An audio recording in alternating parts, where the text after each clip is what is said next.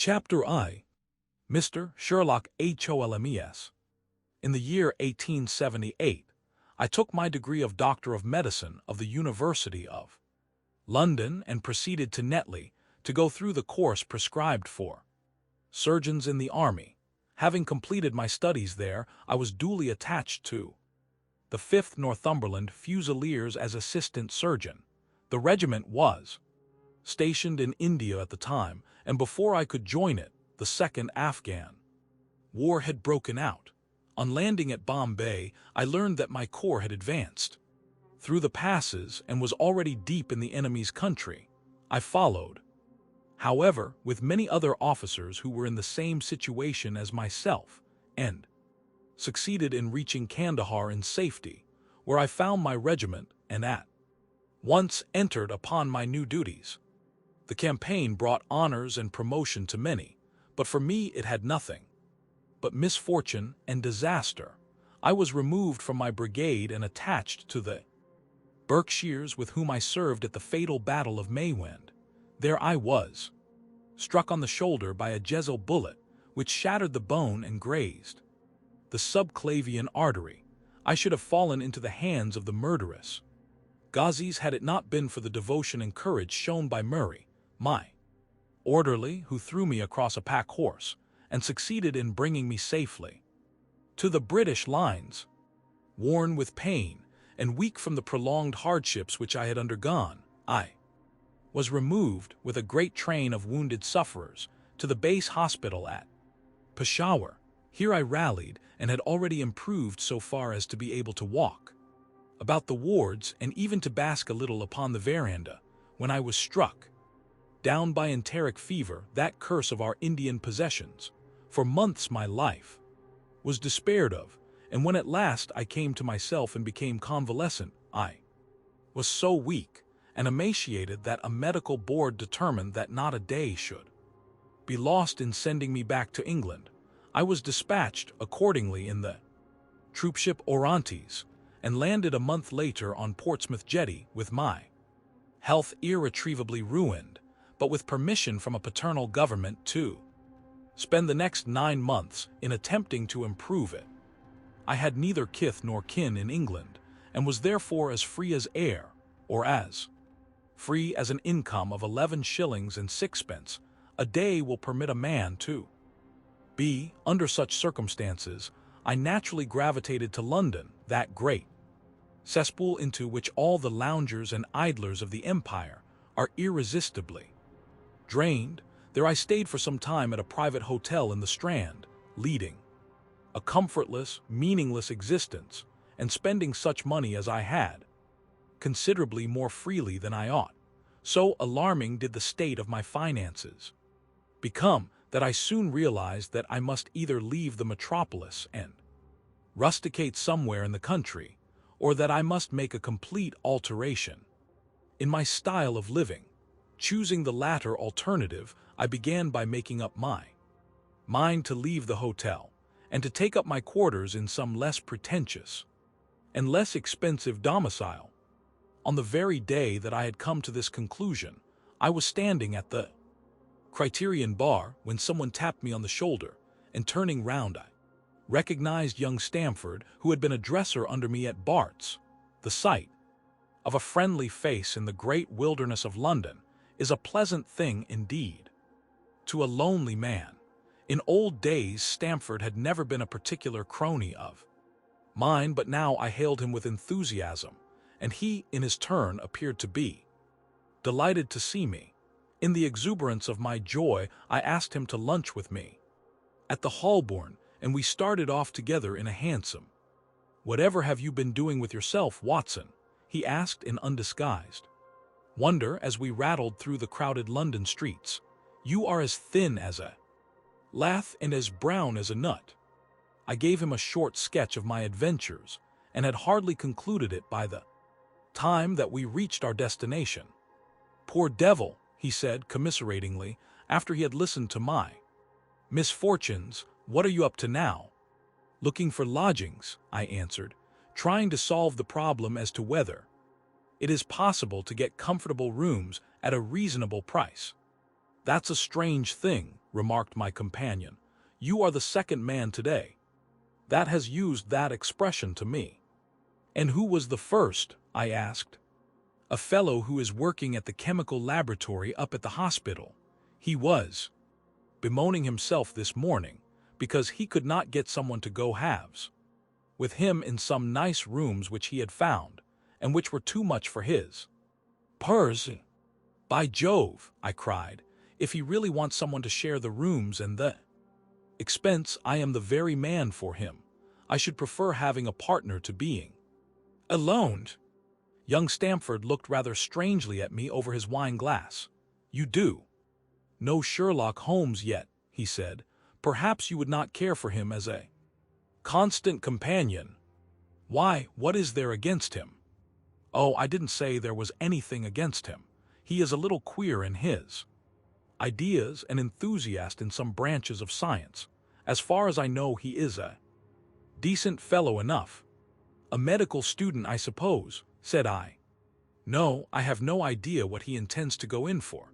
I believe he is well up in anatomy, and he is a first-class chemist, but as far as I know he has never taken out any systematic medical classes. His studies are very desultory and eccentric, but he has amassed a lot of out-of-the-way knowledge which would astonish his professors." "Did you never ask him what he was going in for?" I asked. "No, he is not a man that it is easy to draw out, though he can be communicative enough when the fancy seizes him." "I should like to meet him," I said. "If I am to lodge with anyone, I should prefer a man of studious and quiet habits. I'm not strong enough yet to stand much noise or excitement. I had enough of both in Afghanistan to last me for the remainder of my natural existence. How could I meet this friend of yours?" "He is sure to be at the laboratory," returned my companion. "He either avoids the place for weeks, or else he works there from morning to night. If you like, we shall drive round together after luncheon." "Certainly," I answered, and the conversation drifted away into other channels. As we made our way to the hospital after leaving the Holborn, Stamford gave me a few more particulars about the gentleman whom I proposed to take as a fellow lodger. "You mustn't blame me if you don't get on with him," he said. "I know nothing more of him than I have learned from meeting him occasionally in the laboratory. You proposed this arrangement, so you must not hold me responsible. If we don't get on, it will be easy to part company," I answered. "It seems to me, Stamford," I added, looking hard at my companion, "that you have some reason for washing your hands of the matter.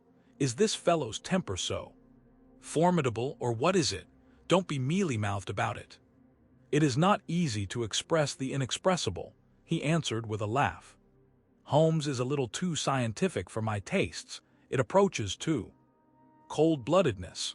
I could imagine his giving a friend a little pinch of the latest vegetable alkaloid, not out of malevolence, you understand, but simply out of a spirit of inquiry, in order to have an accurate idea of the effects.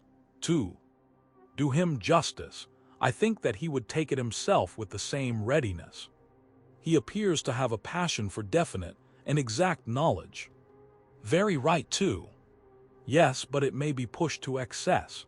When it comes to beating the subjects in the dissecting rooms with a stick, it is certainly taking rather a bizarre shape. Beating the subjects? Yes, to verify how far bruises may be produced after death. I saw him at it with my own eyes. And yet you say he is not a medical student." "No, heaven knows what the objects of his studies are, but here we are, and you must form your own impressions about him."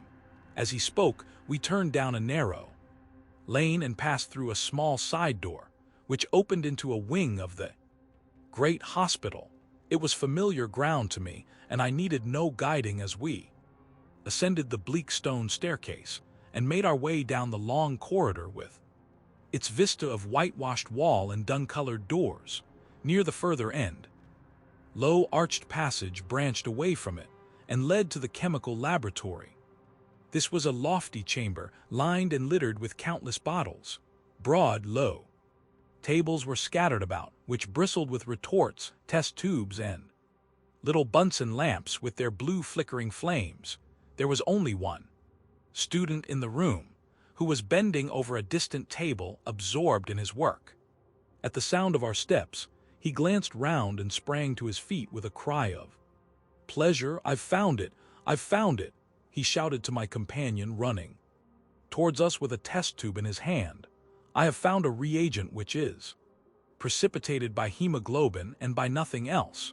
Had he discovered a gold mine, greater delight could not have shone upon his features. "Dr. Watson, Mr. Sherlock Holmes," said Stamford, introducing us. "How are you?" he said cordially, gripping my hand with a strength for which I should hardly have given him credit. "You have been in Afghanistan, I perceive." "How on earth did you know that?" I asked in astonishment. "Never mind," said he, chuckling to himself. "The question now is about hemoglobin. No doubt you see the significance of this discovery of mine." "It is interesting, chemically, no doubt," I answered, "but practically, why, man, it is the most practical medico-legal discovery for years. Don't you see that it gives us an infallible test for blood stains? Come over here now." He seized me by the coat sleeve in his eagerness and drew me over to the table at which he had been working. "Let us have some fresh blood," he said, digging a long bodkin into his finger and drawing off the resulting drop of blood in a chemical pipette. "Now, I add this small quantity of blood to a liter of water. You perceive that the resulting mixture has the appearance of pure water. The proportion of blood cannot be more than 1 in 1,000,000. I have no doubt, however, that we shall be able to obtain the characteristic reaction." As he spoke, he threw into the vessel a few white crystals, and then added some drops of a transparent fluid. In an instant the contents assumed a dull mahogany color, and a brownish dust was precipitated to the bottom of the glass jar. "Ha ha!" he cried, clapping his hands and looking as delighted as a child with a new toy. "What do you think of that?" "It seems to be a very delicate test," I remarked. "Beautiful, beautiful. The old Giacom test was very clumsy and uncertain. So is the microscopic examination for blood corpuscles. The latter is valueless if the stains are a few hours old. Now, this appears to act as well whether the blood is old or new. Had this test been invented, there are hundreds of men now walking the earth who would long ago have paid the penalty of their crimes." "Indeed," I murmured. "Criminal cases are continually hinging upon that one point. A man is suspected of a crime months perhaps after it has been committed. His linen or clothes are examined and brownish stains discovered upon them. Are they blood stains, or mud stains, or rust stains, or fruit stains, or what are they? That is a question which has puzzled many an expert. And why? Because there was no reliable test. Now we have the Sherlock Holmes test, and there will no longer be any difficulty." His eyes fairly glittered as he spoke, and he put his hand over his heart and bowed as if to some applauding crowd conjured up by his imagination. "You are to be congratulated," I remarked, considerably surprised at his enthusiasm. "There was the case of von Bischoff at Frankfurt last year. He would certainly have been hung had this test been in existence. Then there was Mason of Bradford, and the notorious Muller and Lefevre of Montpellier, and Sampson of New Orleans. I could name a score of cases in which it would have been decisive." "You seem to be a walking calendar of crime," said Stamford with a laugh. "You might start a paper on those lines. Call it the police news of the past." "Very interesting reading it might be made, too," remarked Sherlock Holmes, sticking a small piece of plaster over the prick on his finger. "I have to be careful," he continued, turning to me with a smile, "for I dabble with poisons a good deal." He held out his hand as he spoke, and I noticed that it was all mottled over with similar pieces of plaster and discolored with strong acids. "We came here on business," said Stamford, sitting down on a high three-legged stool and pushing another one in my direction with his foot. "My friend here wants to take diggings, and as you were complaining that you could get no one to go halves with you, I thought that I had better bring you together." Sherlock Holmes seemed delighted at the idea of sharing his rooms with me. "I have my eye on a suite in Baker Street," he said, "which would suit us down to the ground. You don't mind the smell of strong tobacco, I hope?" "I always smoke ship s myself," I answered. "That's good enough. I generally have chemicals about and occasionally do experiments. Would that annoy you?" "By no means. Let me see, what are my other shortcomings? I get in the dumps at times, and don't open my mouth for days on end. You must not think I am sulky when I do that. Just let me alone and I'll soon be right. What have you to confess? Now, it's just as well for two fellows to know the worst of one another before they begin to live together." I laughed at this cross-examination. "I keep a bull pup," I said, "and I object to rows because my nerves are shaken, and I get up at all sorts of ungodly hours, and I am extremely lazy. I have another set of vices when I'm well, but those are the principal ones at present." "Do you include violin playing in your category of rows?" he asked anxiously. "It depends on the player," I answered. "A well-played violin is a treat for the gods, a badly played one."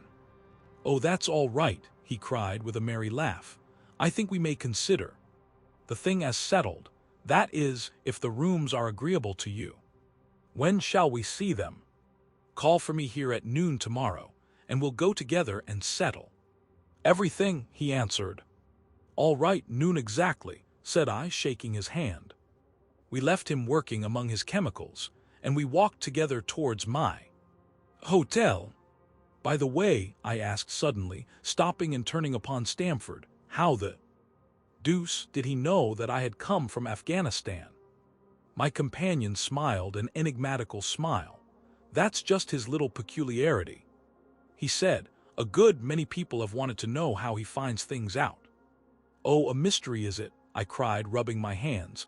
"This is very piquant. I am much obliged to you for bringing us together. The proper study of mankind is man, you know." "You must study him then," Stamford said as he bade me goodbye. "You'll find him a knotty problem, though. I'll wager he learns more about you than you about him. Goodbye." "Goodbye," I answered and strolled on to my hotel, considerably interested in my new acquaintance. Chapter II. The Science of Deduction. We met next day as he had arranged, and inspected the rooms at No. 221B Baker Street, of which he had spoken at our meeting. They consisted of a couple of comfortable bedrooms and a single large airy sitting room cheerfully furnished and illuminated by two broad windows. So desirable in every way were the apartments, and so moderate did the terms seem, when divided between us, that the bargain was concluded upon the spot, and we at once entered into possession. That very evening I moved my things round from the hotel, and on the following morning Sherlock Holmes followed me with several boxes and portmanteaus. For a day or two we were busily employed in unpacking and laying out our property to the best advantage. That done, we gradually began to settle down and to accommodate ourselves to our new surroundings. Holmes was certainly not a difficult man to live with. He was quiet in his ways and his habits were regular. It was rare for him to be up after 10 at night, and he had invariably breakfasted and gone out before I rose in the morning. Sometimes he spent his day at the chemical laboratory, sometimes in the dissecting rooms, and occasionally in long walks which appeared to take him into the lowest portions of the city. Nothing could exceed his energy when the working fit was upon him, but now and again a reaction would seize him, and for days on end he would lie upon the sofa in the sitting room, hardly uttering a word or moving a muscle from morning to night. On these occasions I have noticed such a dreamy, vacant expression in his eyes that I might have suspected him of being addicted to the use of some narcotic, had not the temperance and cleanliness of his whole life forbidden such a notion. As the weeks went by, my interest in him and my curiosity as to his aims in life gradually deepened and increased. His very person and appearance were such as to strike the attention of the most casual observer. In height he was rather over 6 feet, and so excessively lean that he seemed to be considerably taller. His eyes were sharp and piercing, save during those intervals of torpor to which I have alluded, and his thin, hawk-like nose gave his whole expression an air of alertness and decision. His chin, too, had the prominence and squareness which marked the man of determination. His hands were invariably blotted with ink and stained with chemicals, yet he was possessed of extraordinary delicacy of touch, as I frequently had occasion to observe when I watched him manipulating his fragile philosophical instruments. The reader may set me down as a hopeless busybody when I confess how much this man stimulated my curiosity, and how often I endeavored to break through the reticence which he showed on all that concerned himself, before pronouncing judgment. However, be it remembered how objectless was my life and how little there was to engage my attention. My health forbade me from venturing out, unless the weather was exceptionally genial, and I had no friends who would call upon me and break the monotony of my daily existence. Under these circumstances, I eagerly hailed the little mystery which hung around my companion, and spent much of my time in endeavoring to unravel it. He was not studying medicine. He had himself, in reply to a question, confirmed Stamford's opinion upon that point. Neither did he appear to have pursued any course of reading which might fit him for a degree in science or any other recognized portal which would give him an entrance into the learned world. Yet, his zeal for certain studies was remarkable, and within eccentric limits his knowledge was so extraordinarily ample and minute that his observations have fairly astounded me.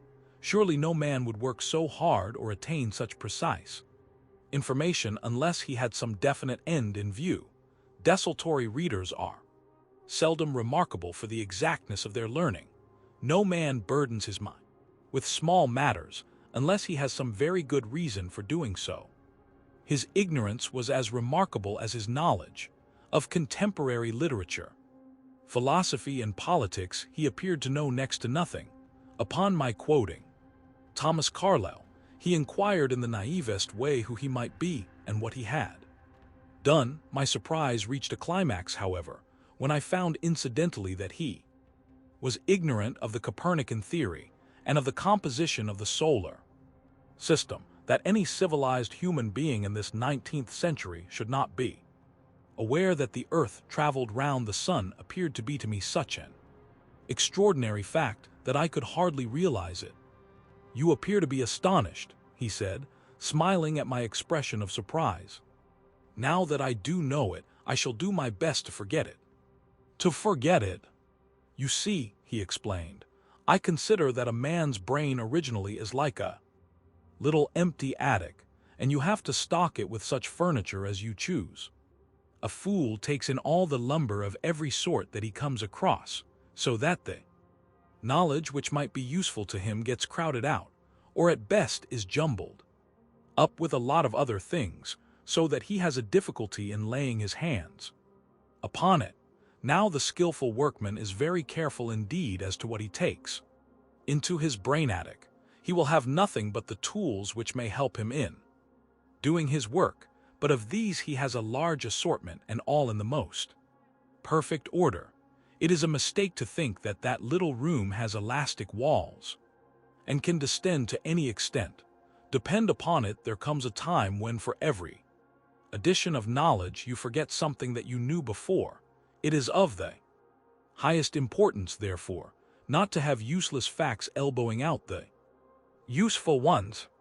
"But the solar system," I protested. "What the deuce is it to me?" he interrupted impatiently. "You say that we go round the sun. If we went round the moon, it would not make a pennyworth of difference to me or to my work. I was on the point of asking him what that work might be, but something in his manner showed me that the question would be an unwelcome one. I pondered over our short conversation, however, and endeavored to draw my deductions from it. He said that he would acquire no knowledge which did not bear upon his object. Therefore, all the knowledge which he possessed was such as would be useful to him. I enumerated in my own mind all the various points upon which he had shown me that he was exceptionally well informed. I even took a pencil and jotted them down. I could not help smiling at the document when I had completed it. It ran in this way: Sherlock Holmes, his limits. 1. Knowledge of literature, nil. 2. Philosophy, nil. 3. Astronomy, nil. 4. Politics, feeble. 5. Botany, variable, well up in belladonna, opium and poisons generally. Knows nothing of practical gardening. 6. Geology, practical but limited, tells at a glance different soils from each other. After walks has shown me splashes upon his trousers and told me by their color and consistence in what part of London he had received them. 7. Chemistry, profound. 8. Anatomy, accurate but unsystematic. 9. Sensational literature, immense. He appears to know every detail of every horror perpetrated in the century. 10. Plays the violin well. 11. Is an expert single-stick player, boxer, and swordsman. 12. Has a good practical knowledge of British law. When I had got so far in my list, I threw it into the fire in despair. If I can only find what the fellow is driving at by reconciling all these accomplishments and discovering a calling which needs them all, I said to myself, I may as well give up the attempt at once. I see that I have alluded above to his powers upon the violin. These were very remarkable, but as eccentric as all his other accomplishments. That he could play pieces, and difficult pieces, I knew well, because at my request he has played me some of Mendelssohn's Lieder and other favorites. When left to himself, however, he would seldom produce any music or attempt any recognized air. Leaning back in his armchair of an evening, he would close his eyes and scrape carelessly at the fiddle which was thrown across his knee. Sometimes the chords were sonorous and melancholy. Occasionally they were fantastic and cheerful. Clearly they reflected the thoughts which possessed him, but whether the music aided those thoughts, or whether the playing was simply the result of a whim or fancy, was more than I could determine. I might have rebelled against these exasperating solos had it not been that he usually terminated them by playing in quick succession a whole series of my favorite airs as a slight compensation for the trial upon my patience. During the first week or so we had no callers, and I had begun to think that my companion was as friendless a man as I was myself. Presently, however, I found that he had many acquaintances, and those in the most different classes of society. There was one little sallow, rat-faced, dark-eyed fellow who was introduced to me as Mr. Lestrade, and who came 3 or 4 times in a single week. One morning a young girl called, fashionably dressed, and stayed for half an hour or more. The same afternoon brought a gray-headed, seedy visitor, looking like a Jew peddler, who appeared to me to be much excited, and who was closely followed by a slipshod elderly woman. On another occasion an old, white-haired gentleman had an interview with my companion, and on another a railway porter in his velveteen uniform. When any of these nondescript individuals put in an appearance, Sherlock Holmes used to beg for the use of the sitting room, and I would retire to my bedroom. He always apologized to me for putting me to this inconvenience. I have to use this room as a place of business, he said, and these people are my clients. Again I had an opportunity of asking him a point-blank question, and again my delicacy prevented me from forcing another man to confide in me. I imagined at the time that he had some strong reason for not alluding to it, but he soon dispelled the idea by coming round to the subject of his own accord. It was upon the 4th of March, as I have good reason to remember, that I rose somewhat earlier than usual, and found that Sherlock Holmes had not yet finished his breakfast. The landlady had become so accustomed to my late habits that my place had not been laid nor my coffee prepared. With the unreasonable petulance of mankind, I rang the bell and gave a curt intimation that I was ready. Then I picked up a magazine from the table and attempted to while away the time with it while my companion munched silently at his toast. One of the articles had a pencil mark at the heading, and I naturally began to run my eye through it. Its somewhat ambitious title was The Book of Life, and it attempted to show how much an observant man might learn by an accurate and systematic examination of all that came in his way. It struck me as being a remarkable mixture of shrewdness and of absurdity. The reasoning was close and intense, but the deductions appeared to me to be far-fetched and exaggerated. The writer claimed, by a momentary expression, a twitch of a muscle or a glance of an eye, to fathom a man's inmost thoughts. Deceit, according to him, was an impossibility. In the case of one trained to observation and analysis, his conclusions were as infallible as so many propositions of Euclid. So startling would his results appear to the uninitiated that, until they learned the processes by which he had arrived at them, they might well consider him as a necromancer. From a drop of water, said the writer, a logician could infer the possibility of an Atlantic or a Niagara without having seen or heard of one or the other. So all life is a great chain, the nature of which is known whenever we are shown a single link of it.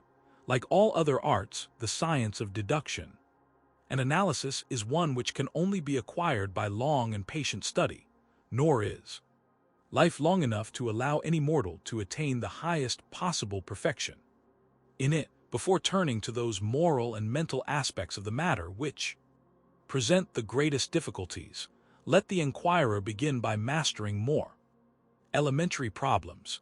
Let him, on meeting a fellow mortal, learn at a glance to distinguish the history of the man and the trade or profession to which he belongs. Puerile as such an exercise may seem, it sharpens the faculties of observation and teaches one where to look and what to look for. By a man's finger-nails, by his coat sleeve, by his boot, by his trouser knees, by the callosities of his forefinger and thumb, by his expression, by his shirt cuffs, by each of these things a man's calling is plainly revealed. That all united should fail to enlighten the competent inquirer in any case is almost inconceivable. What ineffable twaddle, I cried, slapping the magazine down on the table. I never read such rubbish in my life. What is it? Asked Sherlock Holmes. Why, this article, I said, pointing at it with my egg spoon as I sat down to my breakfast. I see that you have read it since you have marked it. I do deny that it is smartly written. It irritates me, though. It is evidently the theory of some armchair lounger who evolves all these neat little paradoxes in the seclusion of his own study. It is not practical. I should like to see him clapped down in a third-class carriage on the Underground and asked to give the trades of all his fellow travelers. I would lay 1,000 to 1 against him. You would lose your money, Sherlock Holmes remarked calmly. As for the article, I wrote it myself. You? Yes, I have a turn both for observation and for deduction. The theories which I have expressed there, and which appear to you to be so chimerical, are really extremely practical, so practical that I depend upon them for my bread and cheese. And how? I asked involuntarily. Well, I have a trade of my own. I suppose I am the only one in the world. I'm a consulting detective, if you can understand what that is. Here in London we have lots of government detectives and lots of private ones. When these fellows are at fault they come to me, and I manage to put them on the right scent. They lay all the evidence before me, and I am generally able, by the help of my knowledge of the history of crime, to set them straight. There is a strong family resemblance about misdeeds, and if you have all the details of 1,000 at your finger ends, it is odd if you can't unravel the 1,000 end. First, Lestrade is a well-known detective. He got himself into a fog recently over a forgery case, and that was what brought him here. And these other people, they are mostly sent on by private inquiry agencies.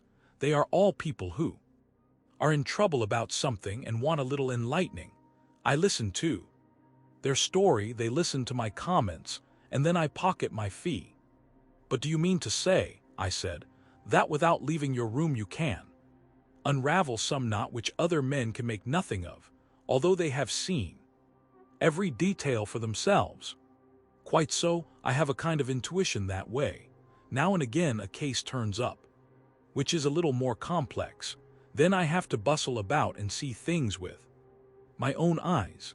You see, I have a lot of special knowledge which I apply to the problem and which facilitates matters wonderfully. Those rules of deduction laid down in that article which aroused your scorn are invaluable to me in practical work. Observation with me is second nature. You appeared to be surprised when I told you, on our first meeting, that you had come from Afghanistan. You were told, no doubt. Nothing of the sort. I knew you came from Afghanistan, from long habit. The train of thoughts ran so swiftly through my mind that I arrived at the conclusion without being conscious of intermediate steps. There were such steps, however. The train of reasoning ran, here is a gentleman of a medical type but with the air of a military man, clearly an army doctor then. He has just come from the tropics, for his face is dark, and that is not the natural tint of his skin, for his wrists are fair. He has undergone hardship and sickness, as his haggard face says clearly. His left arm has been injured. He holds it in a stiff and unnatural manner. Where in the tropics could an English army doctor have seen much hardship and got his arm wounded? Clearly in Afghanistan. The whole train of thought did not occupy a second. I then remarked that you came from Afghanistan, and you were astonished. It is simple enough as you explain it, I said, smiling. You remind me of Edgar Allan Poe's Dupin. I had no idea that such individuals did exist outside of stories. Sherlock Holmes rose and lit his pipe. No doubt you think that you are complimenting me in comparing me to Dupin, he observed. Now, in my opinion, Dupin was a very inferior fellow. That trick of his of breaking in on his friend's thoughts with an apropos remark after a quarter of an hour's silence is really very showy and superficial. He had some analytical genius, no doubt, but he was by no means such a phenomenon as Poe appeared to imagine. Have you read Gaboriau's works? I asked. Does Lecoq come up to your idea of a detective? Sherlock Holmes sniffed sardonically. Lecoq was a miserable bungler, he said, in an angry voice. He had only one thing to recommend him, and that was his energy. That book made me positively ill. The question was how to identify an unknown prisoner. I could have done it in 24 hours. Lecoq took 6 months or so. It might be made a textbook for detectives to teach them what to avoid. I felt rather indignant at having 2 characters, whom I had admired, treated in this cavalier style. I walked over to the window and stood looking out into the busy street. This fellow may be very clever, I said to myself, but he is certainly very conceited. There are no crimes and no criminals in these days, he said querulously. What is the use of having brains in our profession? I know well that I have it in me to make my name famous. No man lives or has ever lived who has brought the same amount of study and of natural talent to the detection of crime which I have done. And what is the result? There is no crime to detect, or at most some bungling villainy with a motive so transparent that even a Scotland Yard official can see through it. I was still annoyed at his bumptious style of conversation. I thought it best to change the topic. "I wonder what that fellow is looking for?" I asked, pointing to a stalwart, plainly dressed individual who was walking slowly down the other side of the street, looking anxiously at the numbers. He had a large blue envelope in his hand and was evidently the bearer of a message. "You mean the retired sergeant of Marines," said Sherlock Holmes. "Brag and bounce," thought I to myself. "He knows that I cannot verify his guess." The thought had hardly passed through my mind when the man whom we were watching caught sight of the number on our door and ran rapidly across the roadway. We heard a loud knock, a deep voice below, and heavy steps ascending the stair. "For Mr. Sherlock Holmes," he said, stepping into the room and handing my friend the letter. Here was an opportunity of taking the conceit out of him. He little thought of this when he made that random shot. "May I ask, my lad," I said in the blandest voice, "what your trade may be?" "Commissionaire, sir," he said gruffly. "Uniform away for repairs." "And you were?" I asked, with a slightly malicious glance at my companion. "A sergeant, sir, Royal Marine Light Infantry, sir." "No answer. Right, sir." He clicked his heels together, raised his hand in a salute, and was gone.